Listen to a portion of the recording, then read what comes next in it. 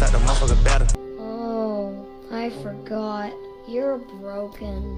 I don't want to play with you anymore.